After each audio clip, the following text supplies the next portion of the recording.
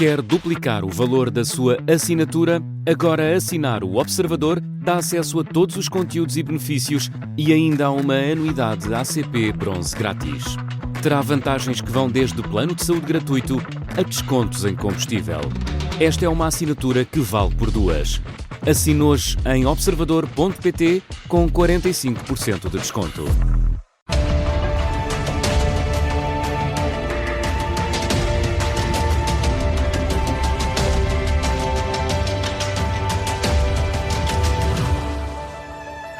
Bem-vindos a mais um Sob Escuta especial. Estamos a entrevistar os principais candidatos à presidência da República. Hoje conversamos com Catarina Martins. Bem-vinda. Catarina Martins, disse numa entrevista que sente que à esquerda é a pessoa que está mais bem posicionada para fazer pontes entre campos que têm dificuldades em dialogar. Na consulta interna que fez há pouco tempo, o LIVRE deu a oportunidade de os participantes escolherem outro candidato presidencial que não Jorge Pinto. 17,63% preferiram António José Seguro e Catarina Martins teve apenas 4,9% dos votos. Isso não mostra que é António José Seguro o melhor candidato para federar a esquerda? Bem, bom dia antes de mais, muito obrigada pelo convite. António José Seguro não se apresenta e não quer ser um candidato de esquerda nestas eleições. E eu respeito muito a posição do António José Seguro. Ele disse que é da esquerda moderna. Não, mas ele apresenta-se a estas eleições. Nós temos um governo apoiado pelo PS. Nós temos um governo de direita, que aliás tem feito acordos à extrema-direita, e aqui eu acho que a questão que se coloca do ponto de vista presidencial é se nós achamos que precisamos de ter na presidência ou não alguém que se afirme claramente à esquerda e alguém que, cumprindo naturalmente os deveres de lealdade institucional e trabalhando para que as instituições possam funcionar da melhor forma possível, traga uma mundividência diferente do governo, que possa ajudar a equilibrar a nossa democracia, possa ajudar a equilibrar a forma como o país é ouvido. António José Seguro começou esta campanha eleitoral lembrando que apoiou Passos Coelho, na altura da Troika, dizendo que o faria novamente e indo até publicamente estar com apoios da área de Passos Coelho. O que eu acho, devo dizer, perfeitamente legítimo. Ou seja, não acho que deva haver uma espécie de julgamento moral, como se existisse uma posição política moral boa e outra moral má. Nos campos normais da decência isso não existe. E, portanto, eu respeito em absoluta a posição de António José Seguro. Certo. O que digo é que ele representa um campo diferente. Entendo o seu raciocínio. O meu ponto é que os eleitores, os militantes do LIVRE consideram-no de esquerda e, portanto, prefeririam-no a ele à sua candidatura. E esse é que é o ponto. Repare, eu não tive essa discussão com os militantes do LIVRE, eu não sou parte do LIVRE. Mas quer falar para os militantes do LIVRE. Aqui o ponto, precisamente, é que a Catarina Martins apresenta-se como sendo a candidata capaz de falar com os militantes dos outros partidos, capaz de chegar até eles. Mas os militantes do LIVRE, pelos números que temos, prefeririam António José Seguro e, na realidade, prefeririam António Filipe, porque António Filipe, que seguramente considera um candidato de esquerda, teve 8,47%, portanto, o dobro do seu resultado. Portanto, isto não é um sinal de que, se calhar, tem algumas dificuldades em falar para fora do Bloco de Esquerda? Eu não percebo muito bem o que é que... Em primeiro lugar, eu não converso com um partido por interposta pessoa, mesmo que seja um jornalista que respeito muito. Isso não existe. Em segundo lugar, eu não sei se as pessoas que dizem que preferem António José Seguro não preferem António José Seguro pela teoria do mal menor, não é? Ou seja, nós vemos, por exemplo, pessoas do Partido Socialista agora até a apoiarem Marcos Mendes, ou assim, naquela teoria, ou seja, há um excesso, às vezes, de estaticismo eleitoral, de aritméticas eleitorais, que faz com que pessoas de um campo político apoiem campos políticos que não são os seus, pelos mais variados aspectos.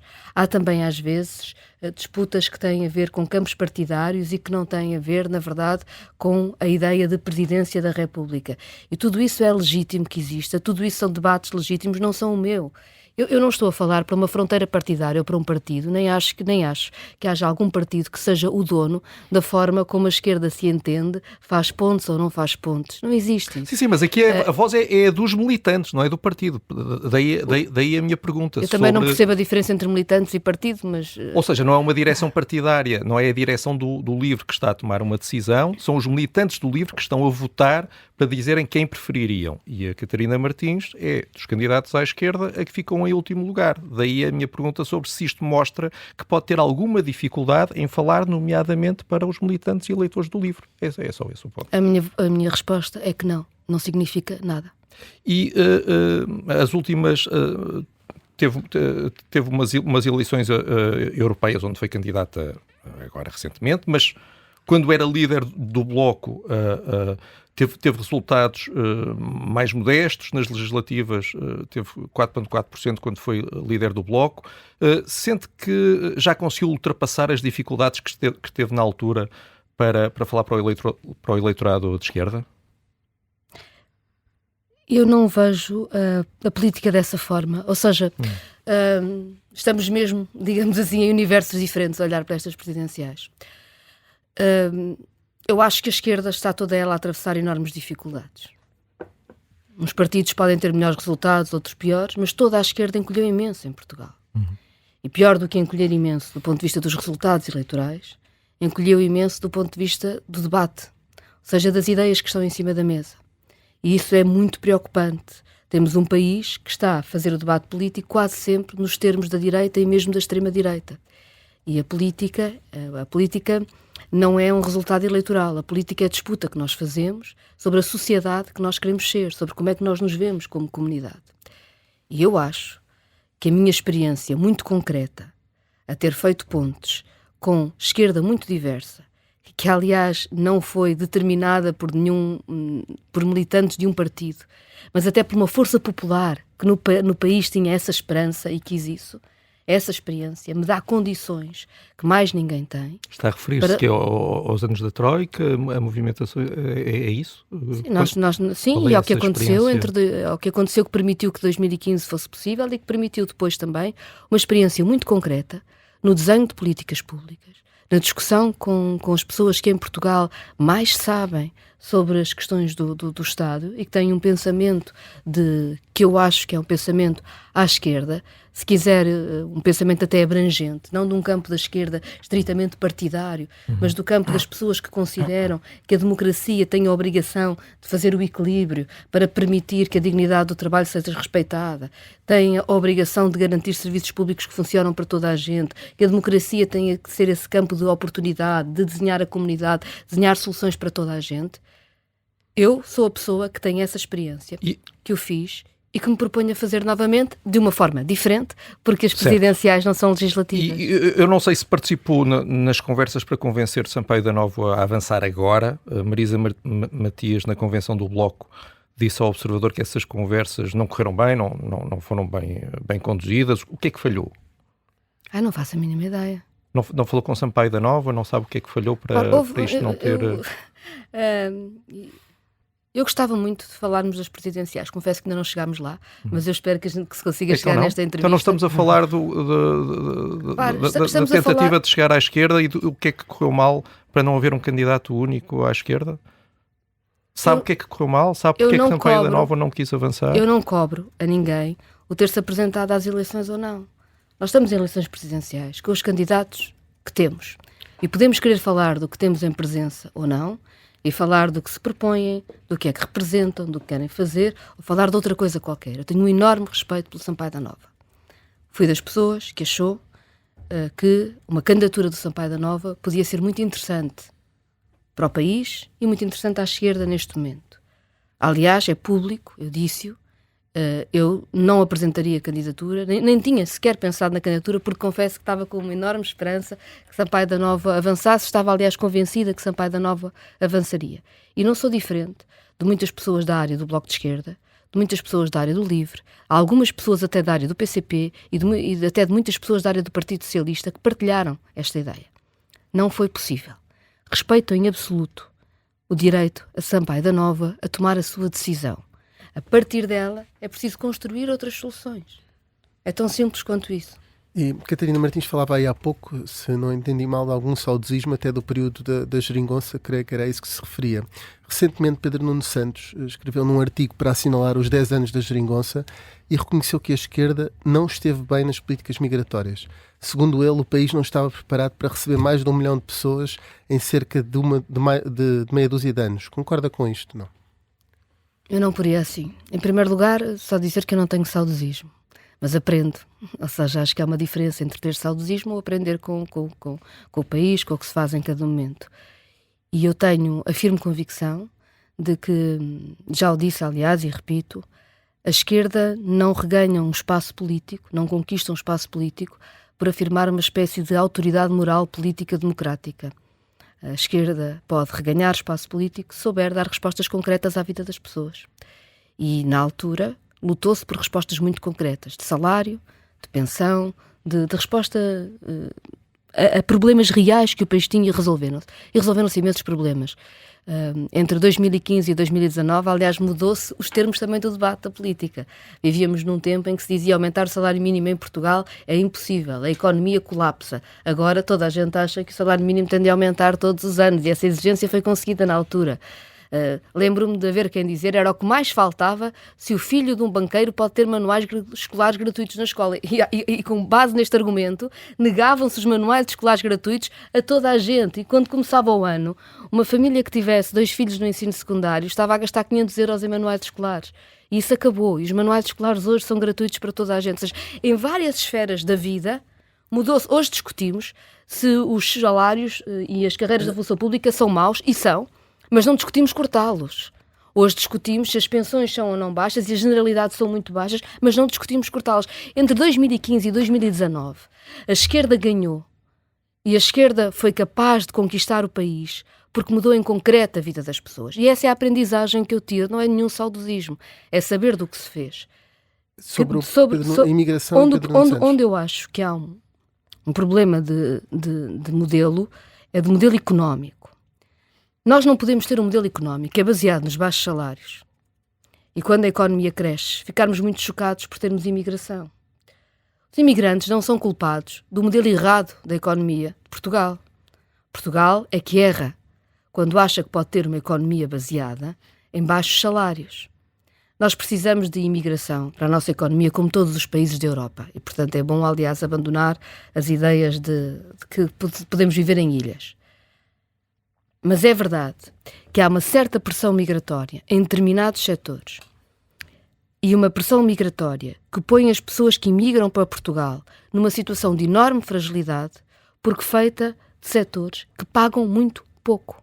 É assim na agricultura, é assim no turismo, e isso cria pressão. Acresce que os serviços públicos portugueses, em vez de se reforçarem para responderem à população de que precisam, seja nacional ou não nacional, ou seja, quando nós decidimos, por exemplo, que vamos ter muito mais produção agrícola numa determinada zona do Alentejo, temos de compreender que nacionais ou estrangeiros vai viver lá mais gente.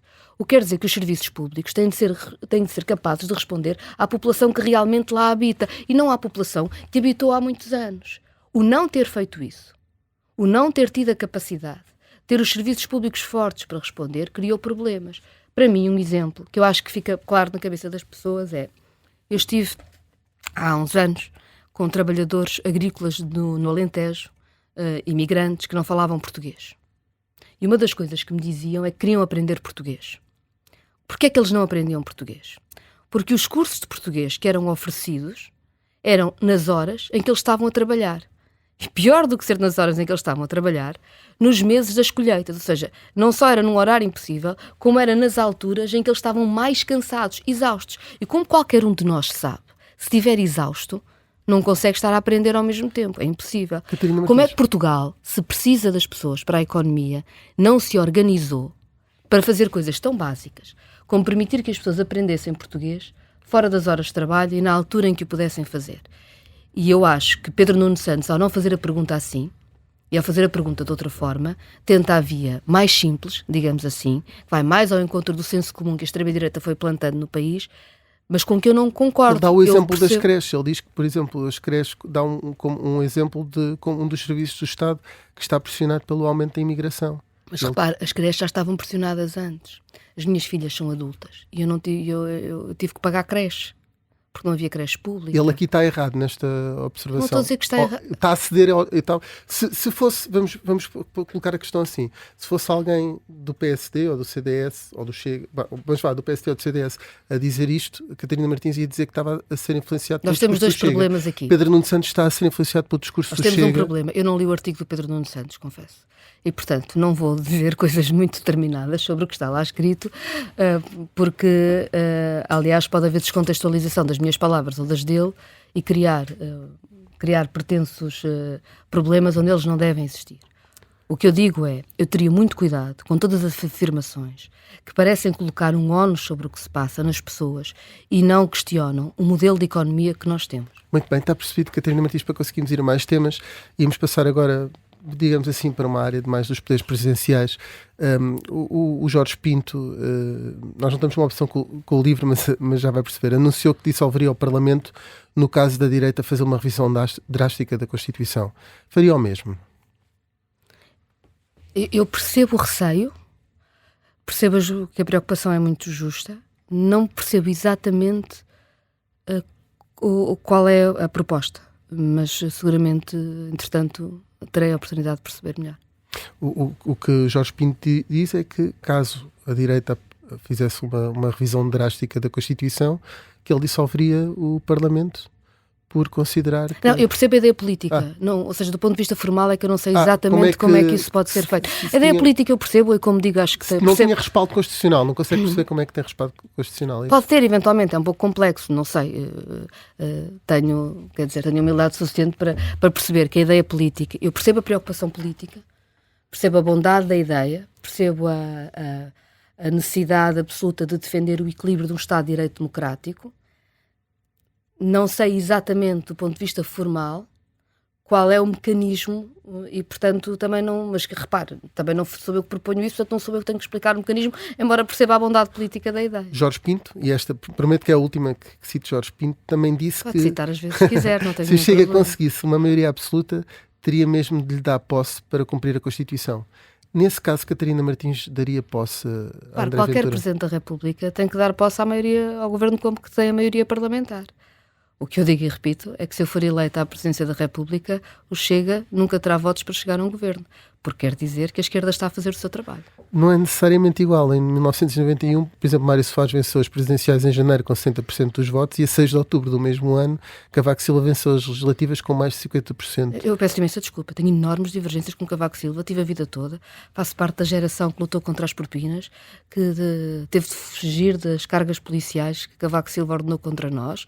Tudo isso e, portanto, confesso, boa parte da minha politização foi feita na oposição a Cavaco Silva e, porém, nem por um segundo passaria pela cabeça comparar Cavaco Silva com a extrema-direita. Aqui estava apenas a dizer que muitas vezes há uma eleição em janeiro que tem um resultado num campo político e depois, meses depois, o país vota noutro sentido. Não era uma comparação entre Cavaco Silva e André Ventura, mas é uma comparação em que votaram em Mário Soares e depois votaram a política não é um jogo de futebol.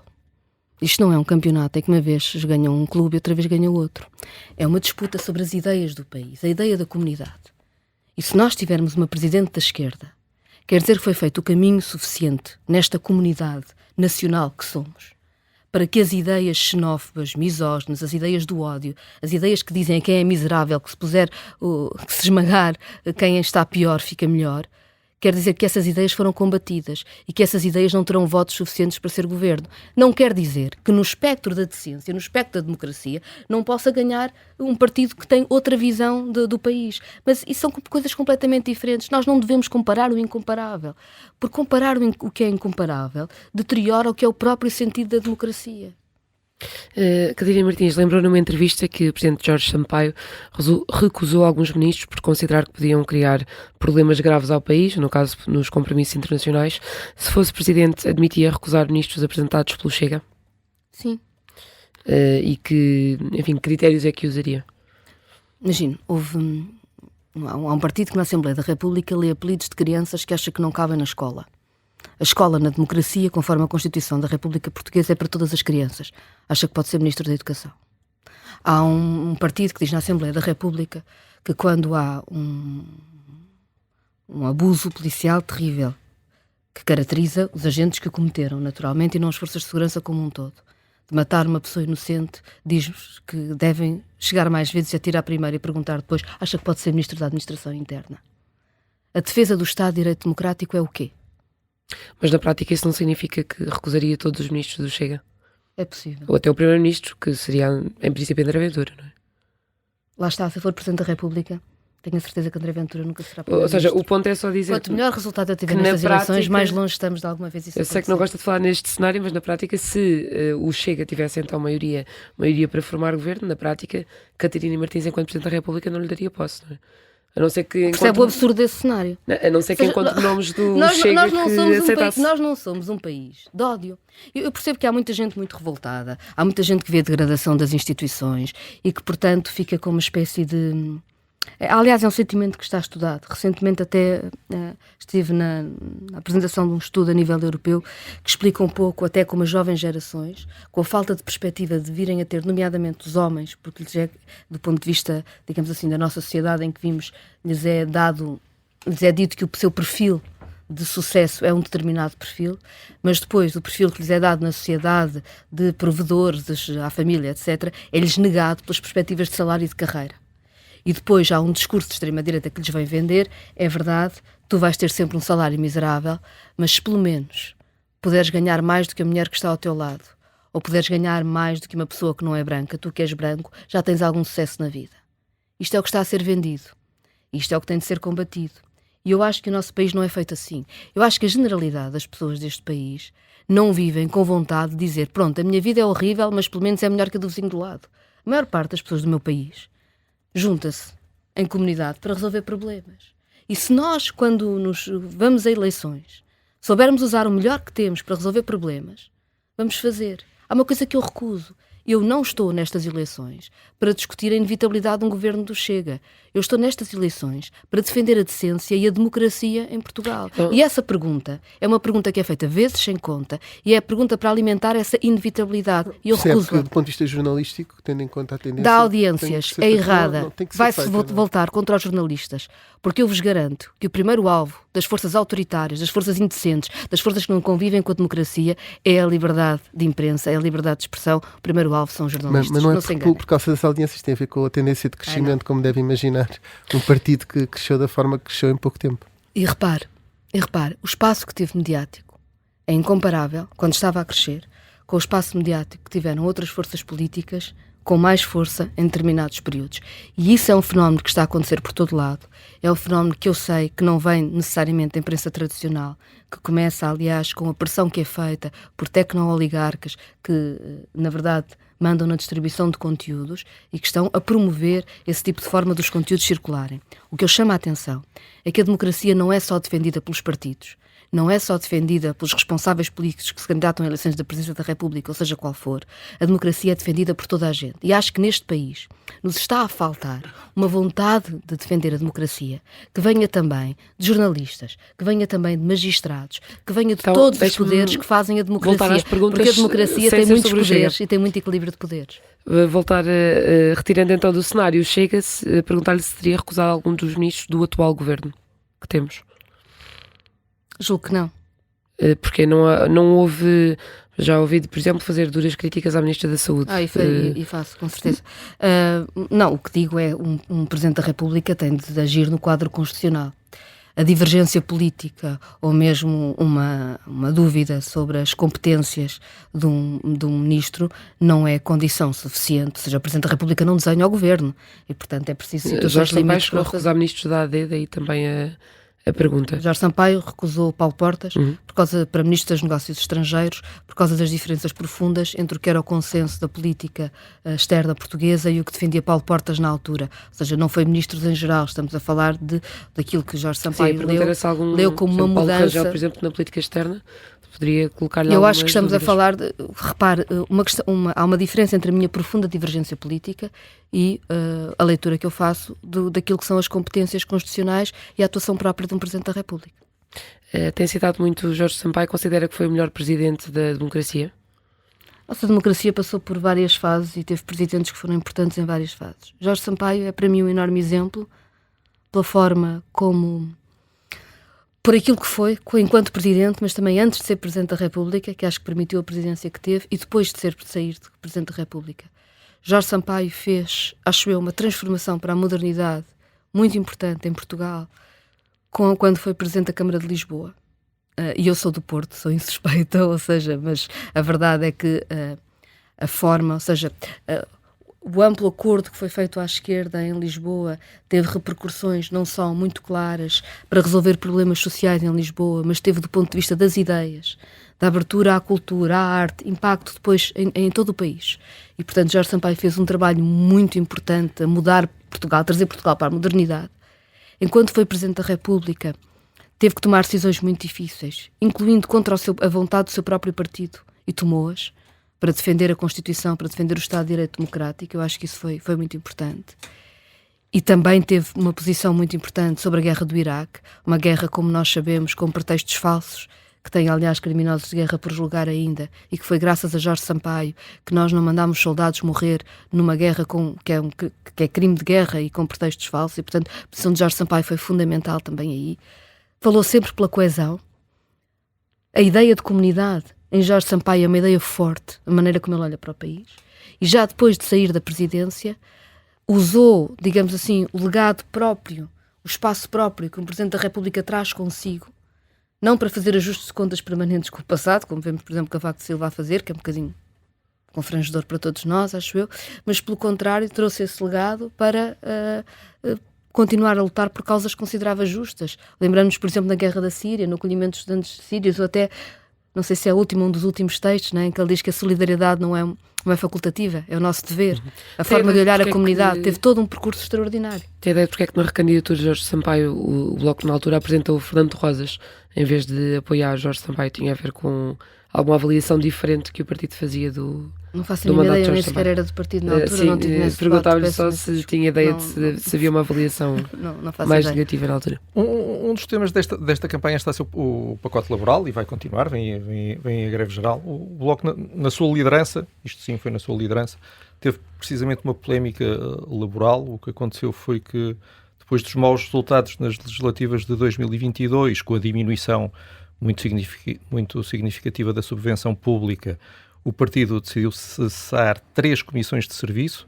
As comissões de serviço são vínculos laborais especialmente precários. Faz sentido que eles existam? Faz sentido que existam na política apenas? Faz sentido que existam na economia em geral? As comissões de serviço não devem existir na economia em geral. As comissões de serviço não são da economia em geral. As comissões de serviço devem ser da política por uma razão que toda a gente, eu acho, compreende. Quando há eleições e há mudança da relação de forças, há deputados que não são eleitos, há gabinetes de governo que param nesse momento, é normal. E quem trabalha nessas circunstâncias também perde o posto de trabalho, ou seja, porque os eleitos têm pessoas com quem trabalham naturalmente, direta, indiretamente, ou seja, ninguém está à espera que se diga que quem trabalha, por exemplo, num gabinete de um governo, o governo cai e o gabinete do ministro continuava todo ele com um contrato de trabalho. Não existe. Eu sou contra as comissões, ou seja, eu acho que sou contra a precariedade do trabalho, mas encaro a atividade política como uma exceção própria do regime democrático, porque nós não podemos ter um regime em que as pessoas permanecem nos cargos para lá da vontade popular, do espaço político que representam, ter ou não capacidade para isso. Uma das trabalhadoras dispensadas era, enfim, sabe perfeitamente isto, não é? Era mãe há 9 meses, outra era mãe há 2 meses e estava em licença de maternidade. Uma delas notou que acabaram 3 comissões de serviço, ficaram 3. Não acabaram 3 comissões de serviço, eu não sei onde é que vem esse número. Acabaram muitíssimas mais comissões de serviço nessa altura. Pronto, então, muito bem. Não sei sequer de onde é que vem esse número. Houve 3 que continuaram. Segundo esta trabalhadora, quem continuou foi, estou a citar a trabalhadora, um homem e 2 mulheres sem filhos com toda a disponibilidade. Essa antiga trabalhadora dispensada, acrescentou o seguinte: as recém-mães não podem viajar, não trabalham 60 horas por semana, não apagam fogos às 11 da noite ou ao domingo, não respondem de imediato às mensagens e e-mails. Portanto, ela terá ficado com a sensação de que a disponibilidade foi um dos motivos para escolher quem manter e quem dispensar. Foi?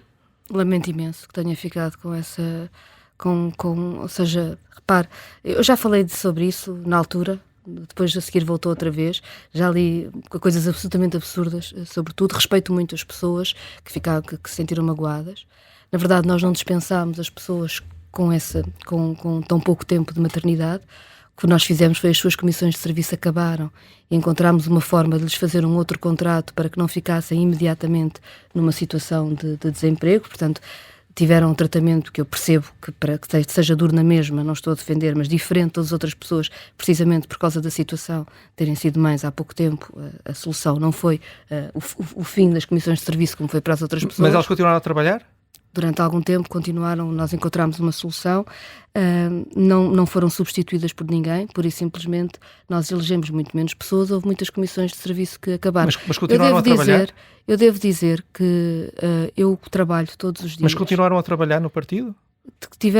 Eu sei que nós encontramos soluções para proteger o máximo possível durante o tempo. Não, eu percebo, fizeram possível. um contrato de trabalho de 8 meses, mas elas continuaram a trabalhar nesses 8 meses? Eu presumo que sim, ou seja, não... Eu digo isto porque uma das trabalhadoras disse, foi-nos proposto um falso contrato de trabalho a termo, portanto... O Bloco de Esquerda... Eu estou a tentar perceber só uma coisa, foi feito um esquerda... contrato e elas continuaram a trabalhar, ou foi feito um contrato apenas para receberem o dinheiro correspondente à indenização e nesse período não estiveram a trabalhar? Nós não substituímos nenhum contrato por isso não existe. O Bloco de Esquerda cumpriu a lei. Eu não tenho que saber tudo o que aconteceu, não sei, mas o Bloco de Esquerda cumpriu a lei, protegeu como pôde as pessoas. Se me diz que na política é muito ingrato, é muito ingrato. Se eu acho que há solução numa área em que é preciso corresponder ao que é a verdade democrática das eleições, repare, há casos terríveis. Mas então continuaram a trabalhar nos 8 meses seguintes, enquanto vigorou... Eu já falei sobre isto imensas vezes, sobre um caso que já aconteceu há uma série de anos. Não me está a explicar bem. Elas trabalharam, o Bloco fez um contrato de 8 meses depois de acabar com as comissões de serviço. Nesses 8 meses, elas estiveram a trabalhar no partido? Ou o contrato de trabalho foi para receberem o correspondente à indenização a que teriam direito? Eu sei que houve comissões de serviço que acabaram e que as pessoas foram protegidas durante mais tempo, ao contrário dos outros trabalhadores.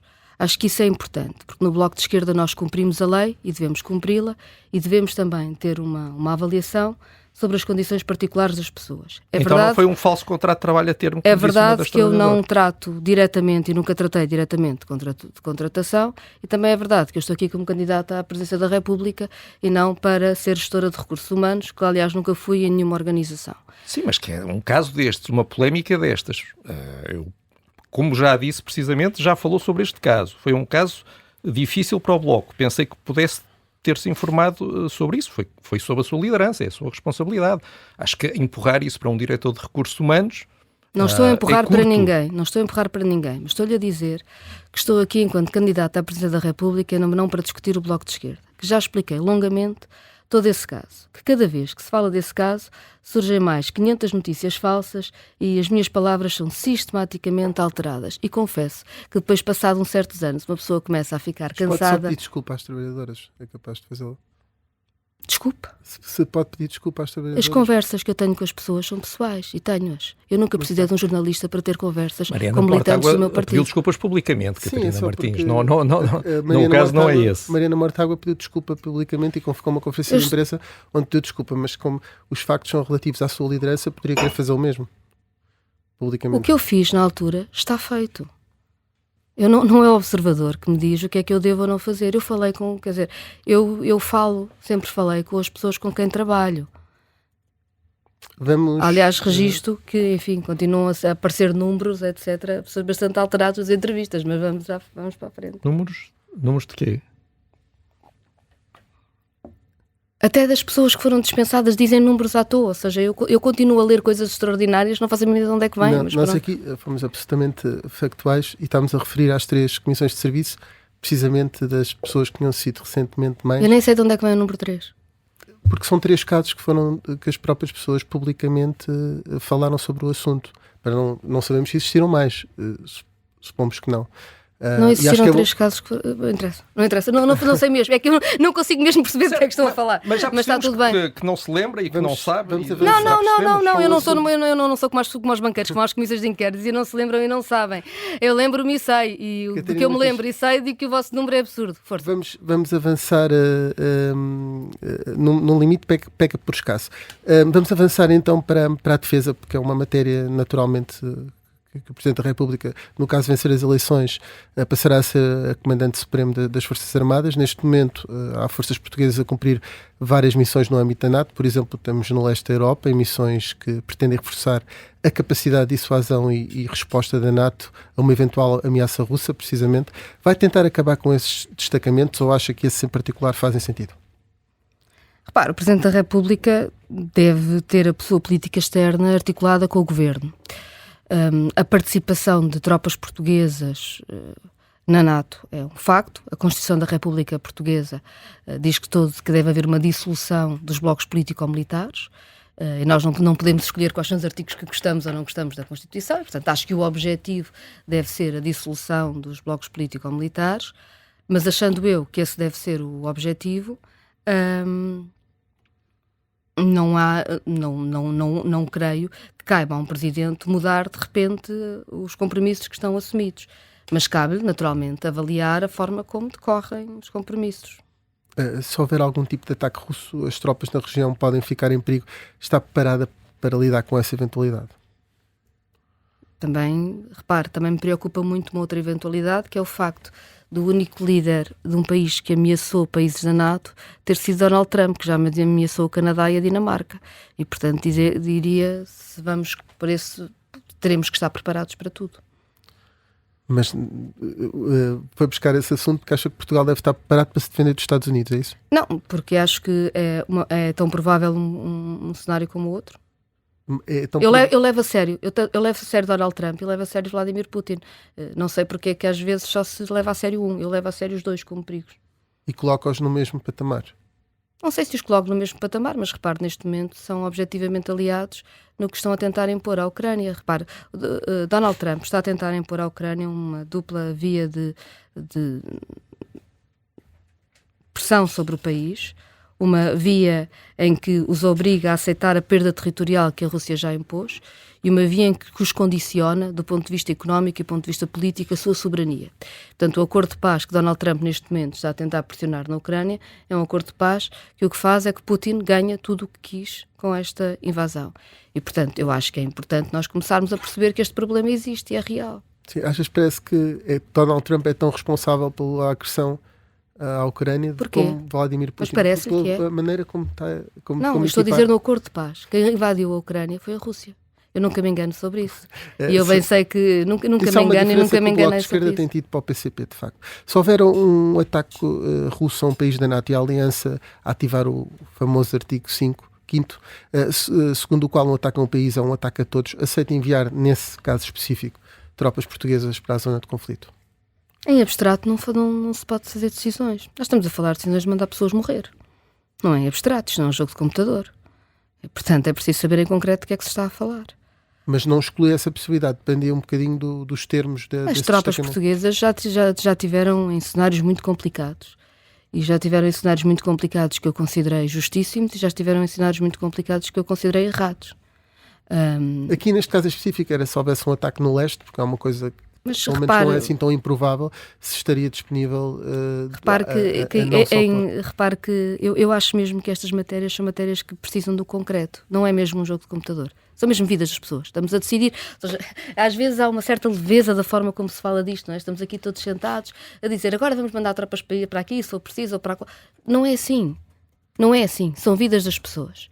E eu, por exemplo, gostava de que Portugal tivesse uma ação muito mais proativa do que tem tido em mecanismos que evitam cenários como esses. Portugal já foi capaz, na sua história, de ter uma diplomacia para a paz muito ativa. Catarina Martins, só para perceber, Catarina Martins tem referido muitas vezes o caso de Jorge Sampaio ter bloqueado o envio de tropas para o Iraque. Ainda portanto, bem, é importante os eleitores saberem o que é que faria, não num caso igual a esse, porque não estava em causa o artigo 5º, se no caso do artigo 5º, numa agressão a leste, se opor ao envio de tropas. Portugal tem sempre soberania para decidir. E, portanto, pode sempre analisar o caso em concreto. E falando aqui também da questão da Ucrânia, aprovou a resolução sobre o custo humano da guerra na Ucrânia, mas na declaração de voto justifica que votou contra emendas que visavam fornecer à Ucrânia armamento de longo alcance, que apenas serviria, citando, para escalar o conflito e agravar a perda de vidas inocentes de ambos os lados. É contra o envio de armas apenas de longo alcance ou contra o envio de todo o tipo de armas? para a Ucrânia? Eu votei a favor do envio de armas para a Ucrânia se poder defender, portanto, acho que essa é uma questão que está respondida. A questão era precisamente se eram defensivas. Foram os que eu votei a favor que fossem enviadas. Eu acho que a Ucrânia tem direito a defender o seu próprio território. Acho, ao contrário do que foi dito no início da guerra, dizia-se o seguinte, dizia-se que íamos escalar para depois desescalar. Ou seja, mandávamos cada vez mais tropas, cada vez mais armamento, escalávamos a guerra e íamos impor uma espécie de destruição à Rússia, de destruição da máquina de guerra da Rússia, e era por essa via que se ia proteger a Ucrânia. O que aconteceu foi que se escalou, a Rússia também escalou, ocupou mais território, a Ucrânia ficou numa situação mais frágil e hoje temos Donald Trump a querer impor à Ucrânia a perda de território e a perda de economia, etc. Portanto, ficou provado que, sendo necessário, como é óbvio, que a Ucrânia tivesse meios para se defender, porque estava a sofrer uma ocupação e tinha-se de defender, tinha sido muito importante, desde o primeiro momento, investir-se também na diplomacia para a paz. E isso não aconteceu. E neste momento acha que se deve admitir a possibilidade, como já falou, de a Ucrânia ceder algum território para obter a paz? É uma situação muito, muito complexa e o território não é todo igual, não é? Como nós sabemos, há território diferente. A própria Ucrânia o coloca assim. Agora, eu acho que é um péssimo, ou seja, seria um péssimo acordo, um acordo em que a Ucrânia perde território e perde soberania, porque perde soberania em todo o território, porque os constrangimentos da economia, os constrangimentos de decisão política que estão sendo impostos à Ucrânia, neste momento significa que a Ucrânia perde o poder de decidir. Vladimir Putin dizia antes da invasão que a Ucrânia não era um país, não é? Ou seja, e portanto tinha um discurso de czarista em relação à Ucrânia. E eu acho que esse discurso não ficará comprovado se nós não deixarmos que a Ucrânia seja viável. E, portanto, sendo certo que cabe naturalmente à Ucrânia, em primeira análise, decidir que tipo de acordo é que está disposto a aceitar, eu acho que um acordo que tira viabilidade ao Estado da Ucrânia é péssimo e é um perigo para toda a gente. E é por isso que acho que a União Europeia não podia ser tão passiva a fazer o que os Estados Unidos querem, mas devia ter desde o início uma estratégia diferente, que não fosse o escalar para depois desescalar, que se provou, aliás, que era mentira, só pôs a Ucrânia em piores circunstâncias, mas fosse, ao mesmo tempo que ajudava a Ucrânia a defender o seu território, encontrar um caminho de negociação para a paz, com sanções, aliás, muito mais efetivas contra a Rússia. Porque a União Europeia fez aquela hipocrisia de pôr sanções para os oligarcas, mas só passado 15 dias é que eram efetivas. Quer dizer que os oligarcas punham dinheiro... Portugal continuou com vistos gold russos alegremente e repô-los há pouco tempo. Aliás, o investimento russo em Portugal aumentou 49% neste período. A frota sombra continua a exportar no Mar Báltico e, portanto, a União Europeia, se tivesse querido fazer isto bem, não foi eficaz. Se for eleita, admite visitar os Estados Unidos e encontrar-se com Donald Trump? Admito representar o Estado português. E o Estado português representa-se em todo o mundo. Votou contra a resolução do Parlamento Europeu que considerava Edmundo González o vencedor legítimo das eleições na Venezuela. Isso significa que considera que Nicolás Maduro é o presidente legítimo do país? Eu não gosto de fraudes eleitorais em nenhum sítio. Mas repara, o facto de se achar que há um entorce do processo eleitoral, que há, aliás, perseguição, como sabe, os partidos comunistas e socialistas da Venezuela foram proibidos, não é? Fala-se muito da oposição de direita, mas fala-se pouco da oposição de esquerda, que também é perseguida e que também foi proibida e com quem também existe. E, portanto, o problema é que umas eleições que não são reais, não se pode dizer que o vencedor é aquele que a União Europeia lhe apetece que seja. O que nós temos que dizer é que precisamos de um quadro em que haja eleições legítimas. E isso é verdade na Venezuela, é verdade para Moçambique, é verdade para todo lado, é verdade contra o gerrymandering que está a ser feito nos Estados Unidos. A verdade eleitoral é uma coisa muito importante. E quando há fraude eleitoral, o nosso papel não é dizer que nós queremos que o vencedor seja outro qualquer. Ou quando não há verdade eleitoral. O nosso papel é dizer que queremos que aquela população tenha direito à sua verdade eleitoral. Finalmente, um último tema, a justiça. Temos falado muito sobre a operação Influencer, que levou indiretamente à queda do primeiro-ministro António Costa. 2 anos para investigar um caso deste é demasiado? Claro que é. E porquê que não era possível mudar os prazos de investigação através do Parlamento? Os responsáveis políticos também estão em falha aqui ao não mudarem, enfim, o Código de Processo Penal e tudo o que prevê a possibilidade de se demorar tanto tempo numa investigação? Os Presidentes da República não mudam as leis. Não, com certeza, claro. Não, mas pode fazer uma mensagem ao Parlamento e incitar os deputados, por exemplo, a fazerem uma mudança que encurte os prazos de investigação, porque na realidade os prazos legais estão a ser...